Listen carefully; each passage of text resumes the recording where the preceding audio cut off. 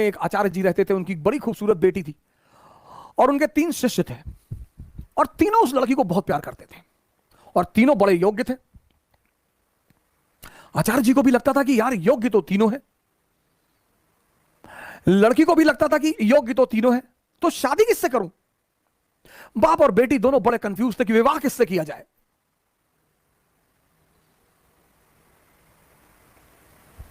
और जब लड़की यह सुनिश्चित नहीं कर पाई कि विवाह किससे किया जाए, तो एक दिन लड़की ने आत्महत्या कर लिया। अब जब लड़की ने आत्महत्या कर लिया, तीनों बड़े निराश हुए, गए उसका दाह संस्कार किया। तो एक शिष्य तो तुरंत सन्यासी बन गया, वहीं धूनी लगा ली उसने उसकी कब्र के पास कि बस अब जीवन में कुछ करना ही नहीं, जिसको मैं प्रेम करता था वो बचा ही नहीं, तो अब जीवन में कोई सार नहीं, अब सिर्फ तपस्या करनी है और तपस्या करके ही जीवन को त्याग देना है। दूसरा फकीर बन गया,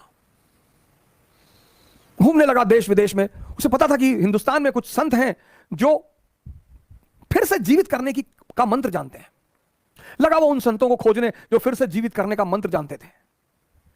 तीसरा जो उसमें था, वो डेली जाता था, उस मृत शरीर पे मसाला लेप लगाता था, साफ करता था, फिर उसे वहीं रख देता था। अब ये सिलसिला कुछ वर्षों तक चला, 2-4 वर्षों तक चला।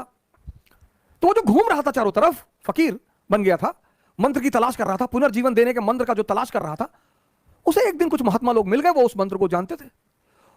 उसने उनकी सेवा की, उन्होंने उसे वो मंत्र सिखा दिया। जैसे ही उसने मंत्र सीखा, वो भगा वापस गांव की तरफ, और वापस आकर उसने उस युवती को फिर से जिंदा कर दिया।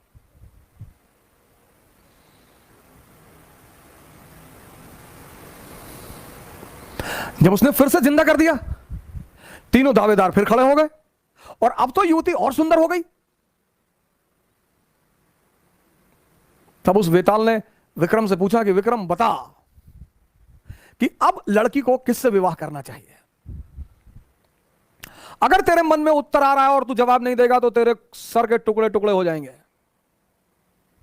और अगर तूने जवाब दिया तो मैं तुझे छोड़कर चला जाऊंगा।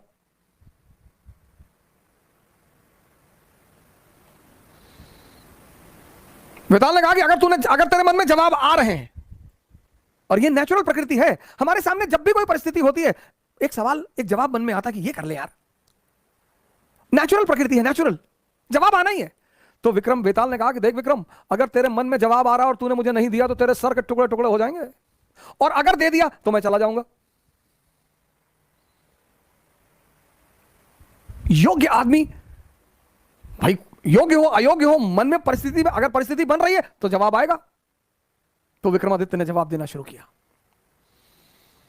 कहा जो मंत्र सीख कर आया और जिसने पुनः जीवन दिया वो पिता तुल्य है। जीवन देना का काम किसका है? पिता का।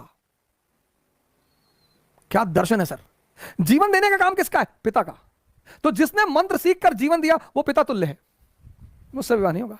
जिसने उस शरीर की सेवा की 4 साल तक, वो पुत्र का धर्म है, सेवा करना पुत्र का धर्म है, वो भी बाहर हो गया। जिसने अपनी ही जिंदगी दांव पे लगा दी, यही प्रेम की कसौटी है, विवाह उससे होना चाहिए। यह था शिक्षा देने का तरीका। और जैसे ही विक्रमादित्य ने जवाब दिया, वेताल उड़ चला कि तूने बोल दिया विक्रम। यानी अब सुनिए, इस कहानी का दूसरा उद्देश्य क्या है? मौन, परम की जो प्राप्ति